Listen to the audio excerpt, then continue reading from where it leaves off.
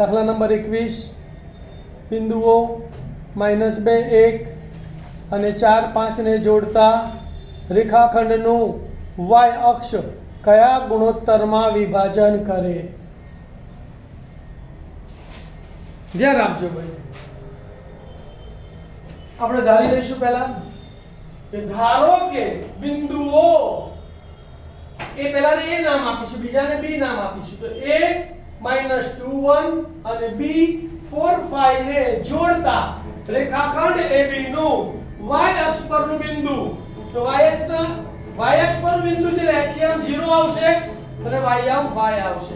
અને x અક્ષ પરનું બિંદુ હોય તો x યામ x આવશે અને y યામ 0 આવશે. તો y અક્ષ પરનું બિંદુ કયું લેવાનું?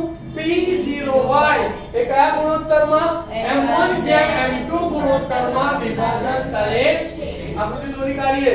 a બરાબર -2 1 b 4 5 અને p0y અને આ ગુણોત્તર કયો? m1/m2.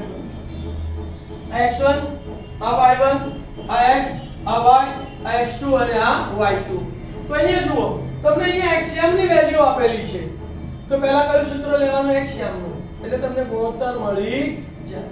તો વિભાજન સૂત્રનો ઉપયોગ કરતા x નું સૂત્ર શું છે? બોલો.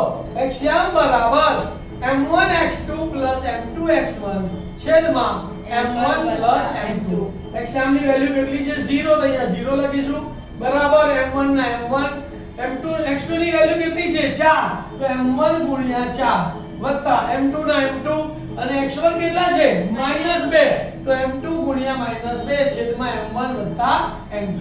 આ m1 વત્તા m2 અહીંયા ભાગાકારમાં સામે જાય તો ગુણાકાર. 0 * m1 વત્તા m2 બરાબર m1 * 4 એટલે 4m1 -2 * m2 એટલે -2m2. 0 * m1 વત્તા m2 એટલે 0. આને હું પહેલા લખું છું તો શું થશે માટે? 4m1 -2m2 બરાબર 0. હવે m2 ને ક્યાં લઈ જઈશું? સામે.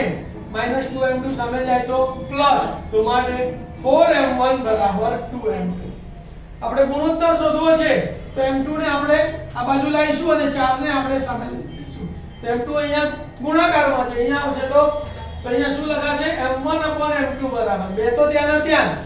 4 અહીંયા ગુણાકારમાં સામે જાય તો 2/4 છેદ ઉડાડીએ તો 2 * 2 અને 2 * 4 તો બરાબર 1/2. તો માટે m1/m2 બરાબર 1/1/2.